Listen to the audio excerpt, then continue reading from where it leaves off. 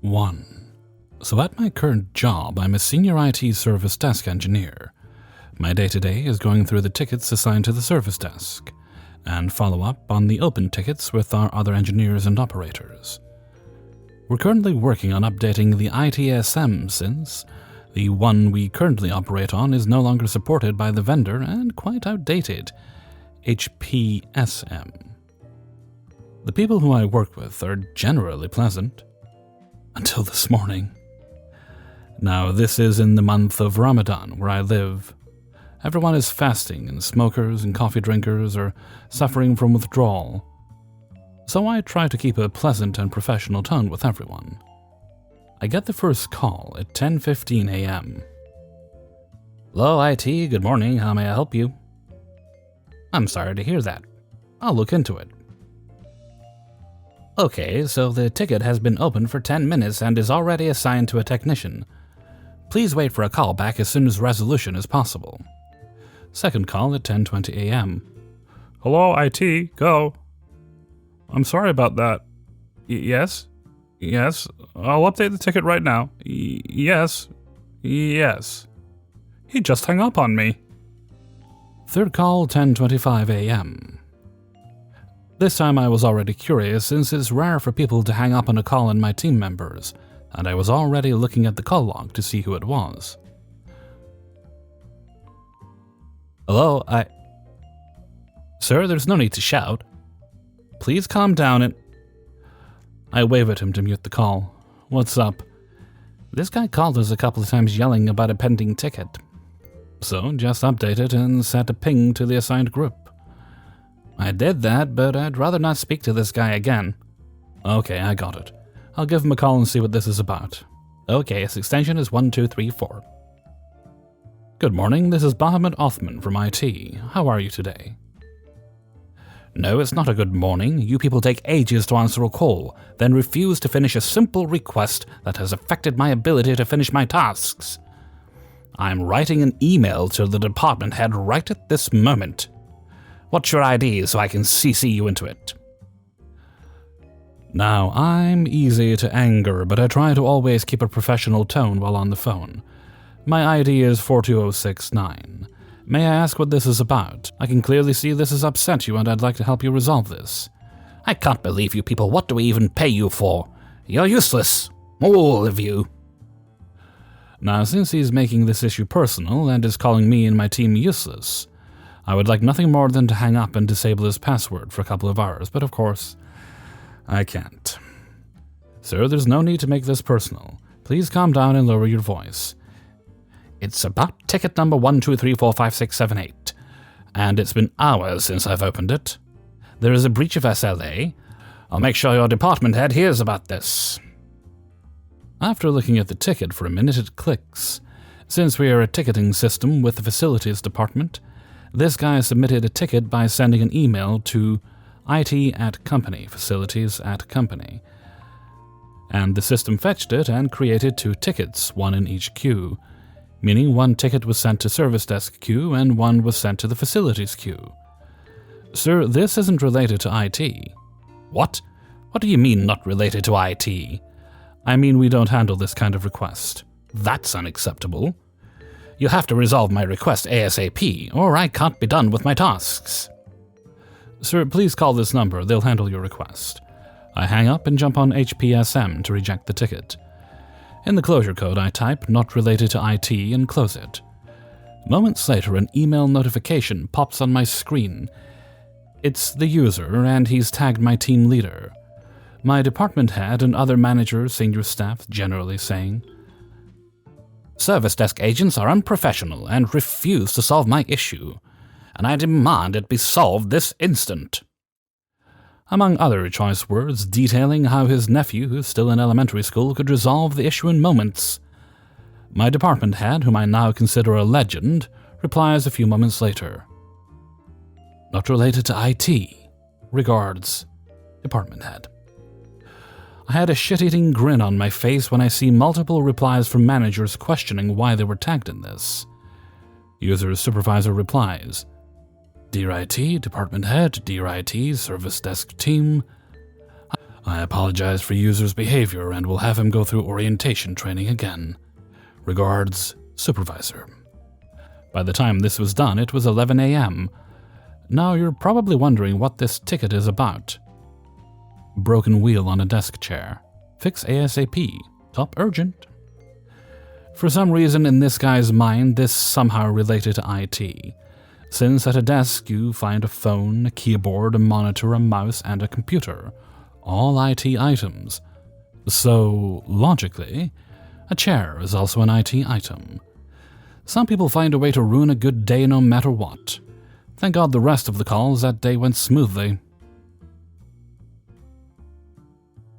2. So let's get back to my first ever official IT work.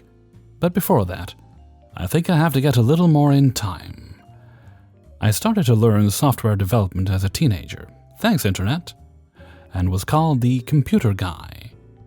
In my family, even if my brother, twin, almost had the same knowledge about computers that I did back in the day, I was just able to code some small software, scripts, and web pages. After my bachelor's, I went to some IT and dev classes, and it went worse, way worse than I expected. I was bored by the basic stuff, I was far from home and family. I had no money, was eating once every 2 days.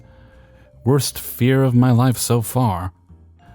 I tried to keep up, but the depression was there, and worse every day, until I definitely gave up and went back home 1 month before the end of the school year and skipping last exams. At this point I chose to stay away from my computer for a while and spent my summer with my family, and a lot of the time with my grandma, as she was not far from where I lived at the moment. I was getting a lot better when she died 3 months after I gave up my classes. I think I will never be as broken as I was at that moment, to be honest. But I won't talk any more about this, as it's enough for the story. I don't know why, but I tried another year in university, IT stuff again, but close to my home, and not so good at university, to be honest. I met a lot of people there, but I went in classes for like 1 month before giving up. I still went to university to meet friends and work with an organization that was creating geek events around the city. It was a bad year for my professional experience, but a good year for my mental health. But still had to work with IT stuff for this said event. I definitely left school after that. I was a bit naive and thought that my knowledge was enough to get a job. Wrong. I spent almost 2 years after that working for a small organization. The goal was to help people get a small job, but for cheap cost for people or a small company. Most of that was older people asking for help with manual tasks because they couldn't do it. I met some nice people doing that work and was searching a web dev job aside, which gave nothing. And this is where the good part of the story starts. Before I came to this organization, they knew nobody that could handle IT work. So when someone asked for help with their computer, they told them they can't send someone to help. When they knew I was searching a dev job and was good with computers, they asked me if I could handle the IT problems, and of course, for me, it was more experience, more work, more money, full win. So the next time someone called for help with their computer, they sent me. And this is where my story starts. Yeah, I know, more backstory than an anime. They called me one day for someone, not far from where I lived, that needed help because he couldn't get to his webmail. I said I could go in the afternoon, no problem. I go to the man's house, a small house just outside the town. I knock, and the guy told me I was quick, and showed me what was going on. I go in the webmail page, and blank page. I try it incognito, and it works, so I check extensions. It was the ad block that was causing the issue. 5 minutes, and it's done. I told him about that, and he said that his grandson installed the computer, and he can't do much without him. But his grandson went to the other side of the country. As he talked about his grandson, I remember my grandma, the previous year, if you can keep track of time, and I started talking about her to him. After all, she lived like less than 10 kilometers to him. Maybe he knows her. And I talked about my grandfather's brother, who was living not far from here either. He died when I was young, and my grandfather died when my dad was young. so I don't know them really. And then we talked more.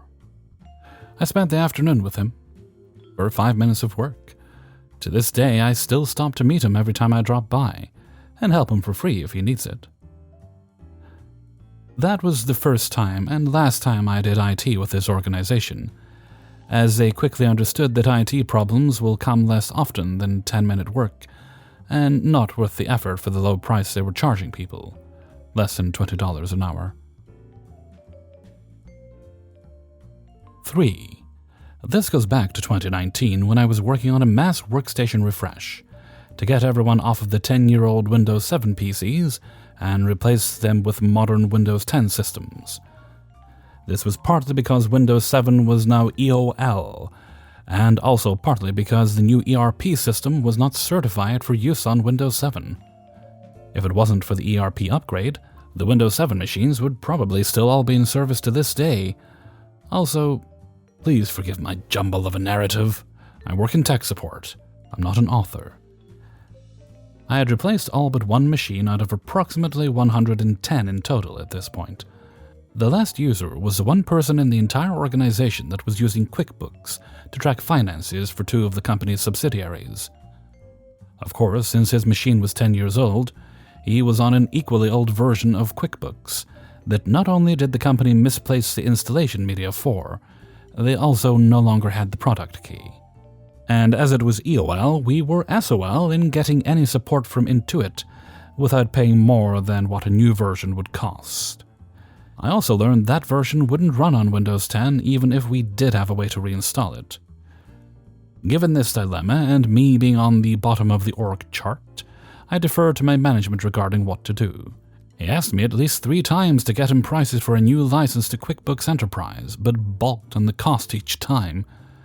Ultimately, we reached what was supposed to be a temporary compromise, where the Windows 7 machine would be pulled from the user's desk, a Windows 10 machine installed in its place, and remote desktop set up on the Windows 7 machine for him to remote in and do the QuickBooks work on the old system. I worked with the user on scheduling a time to do the swap out, while he was going to be out of office for a few days, and a time that I could show him how to remote into the Windows 7 box when he got back. I got as far as setting up the Windows 10 machine in the lab to copy his documents, desktop icons, bookmarks, etc. from when his supervisor got word that I was in the process of replacing his computer. After explaining to her the workaround regarding the QuickBooks, I got the impression she didn't listen to a word I said. She went on a rant about how I was not to touch his machine without her permission. At this point, I continued on with the file transfer and notified my boss, who said he would address the concerns. I didn't hear anything else and proceeded to schedule a date to do the swap. Right after swapping in the Windows 10 machine, but before getting remote desktop set up on the Windows 7 box, the Karen manager started ripping into me for not listening to her and ignoring her and being insubordinate. I told her to talk to my supervisor as we needed to get rid of the Windows 7 machines due to security concerns, and that Windows 7 was not compliant with the new ERP system. Cue a story from her that when the new ERP system goes live, it will have the ability to import directly from a QuickBooks file. I walked away and proceeded on with my kludge of a workaround, as it was the order I had from my supervisor, and sent my supervisor an email detailing the encounter, to which I got no reply. The next morning, my boss comes to me saying he has heard a complaint from the Karen manager. I recounted what occurred, and he again promised me he would look into it.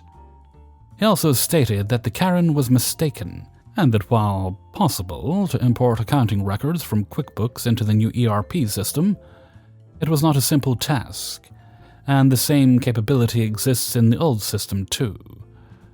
I went on about my business until early afternoon, when one of my coworkers took a phone call from the CIO. In this phone call, the CIO was not happy, as Karen manager had escalated the complaint to him. My coworker didn't know what the ordeal was about, and I told him what it was regarding, and he transferred the CIO to my phone. I tried to explain that we had a workaround to the CIO, and that we needed to get him off of the EOL Windows 7 machine, but he went on a ramble about how Karen was reporting that I was refusing to do my job. I tried standing my ground, as my manager was the one that okayed the swap and workaround, but he demanded that I put the old Windows 7 machine back in place, and casually mentioned that he would consider termination if I continued to ignore orders. After the phone call ended, I discussed the situation with my coworkers and tried to reach my manager, who had conveniently disappeared. Since the CIO was demanding it, I put the Windows 7 machine back in place and updated it as much as I could. And there the Windows 7 machine sat, in service, up until the day I left at the end of 2020. I quickly noticed after this that my boss had a habit of actively avoiding this Karen of a manager. I had even seen him drop what he was doing and slip out of the back door to the office when she would walk in. 4. I got a job in operational support, backfilling for a person going on maternity leave. There was a 2-week handover. First week was overwhelming. Second week she did not come in. I was thrown in the deep end. When I started, I knew little to no SQL. Luckily, it was only part of the job. I was given some scripts that had to be run every 28 days for KPI reports. They were all over the place. Some ran automatically, others you had to put in the start and end dates of the KPI manually. Some of the manual reports you had to put in the Sunday of the KPI, some you had to put in the Monday after the KPI period. Basically, a mess. First thing I did was to standardize the manual ones that they all used the trunk of the Monday, the midnight between Sunday and Monday.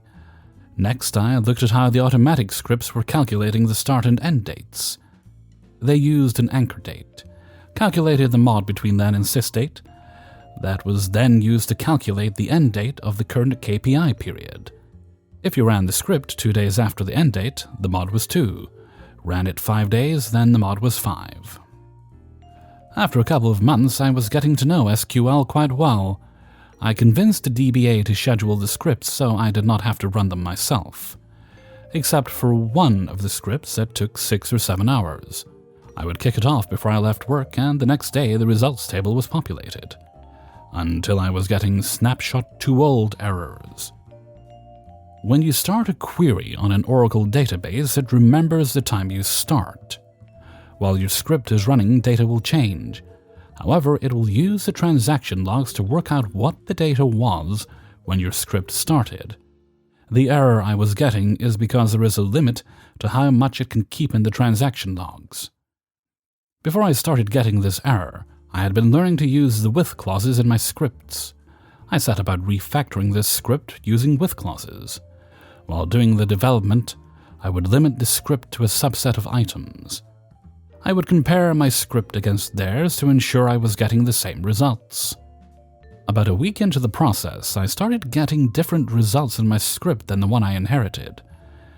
Using with clauses allows you to build up a very complex query one step at a time, ensuring each step is correct. I checked and double-checked my script, but could not find where it was going wrong. I ended up limiting the script to one particular item. At every step it gave me the correct results. I then limited the original script to the same item. It gave results that in no way reflected reality. Their script was incorrect and had been for at least 4 years. I brought this to the attention of my boss. He was the one that had someone at the parent company to create the script and signed off on it. The person that created the script had a degree and had been doing Oracle for many years. I demonstrated that their script gave incorrect results on this item and how mine gave the correct answer. Since this script was used for so long that we had been providing the incorrect data for all that time, it was debated whether we should keep the error or not. There were several problems with that. First is a moral one. Don't lie to your customer that pays you millions each year to run the system. Second, if they found out that you knew the KPI data was wrong and continued to give them wrong data, it would damage trust. Third, the item in question was a situation that was not the norm, but it was not unique. Fourth, I had no way to figure out how to count the same situation the same way as the original script. Fifth, the original script was no longer viable. While I was developing the new script, I had been trying to run the original every day. Even weekends, hoping the lower number of transactions would allow it to finish. I had several meetings with the author of the original script to explain how mine worked. After they signed off on it, I had several meetings with multiple levels of management in my company, explaining the situation.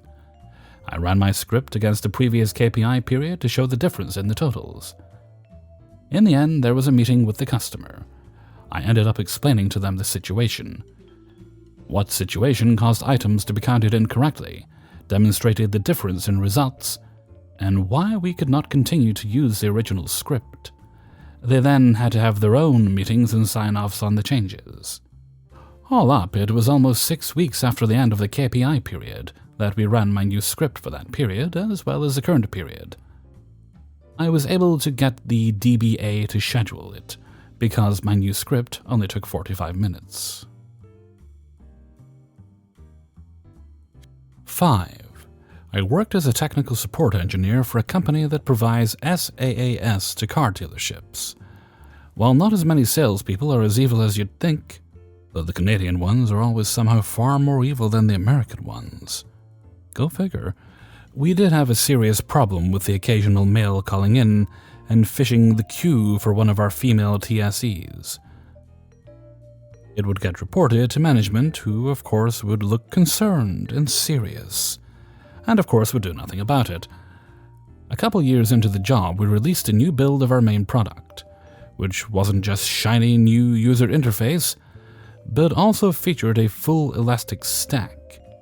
For those of you not in the know, we now had a log of 99.998% of everything our servers did, and a frankly obnoxious list of information to go with it. We also changed to a handy-dandy new chat system, which logged the IP of the person who connected. 6 months go by, and one of the female TSEs in my team complains in chat about Dan being back. Right away, all the other female members send their condolences. It seems Dan has suddenly shown up out of the blue a week ago and was a frequent chatter. They wouldn't provide any verifiable information, and just seemed to get their jollies by harassing our female chat members. They'd spend so much time doing this, in fact, that they'd managed to figure out when each female TSE would cover a chat window. Our TSEs had been putting up with some particularly vile nonsense from this person. But because he never gave verifiable information, they assumed nothing could be done. Which would be true. But our new chat service now logged Dan's IP, and as a coincidence, we also logged IPs. What wonderful happenstance. So I messaged my manager, who could barely pull themselves from Facebook long enough to clock in, never mind any actual management work, and informed him I had an urgent project I needed to tackle. Routine for me, as I was always doing his work for him. 10 minutes later, I've matched Dan's IP to a username at not one, but 2 unrelated dealerships. 10 minutes after that, and I've got logs from no less than 14 inappropriate chats from Dan, which corresponded to the same IP as a user Daniel, and a host of tickets from that same person. Turns out this Daniel was employed at Dealership A and was caught cheating their employer.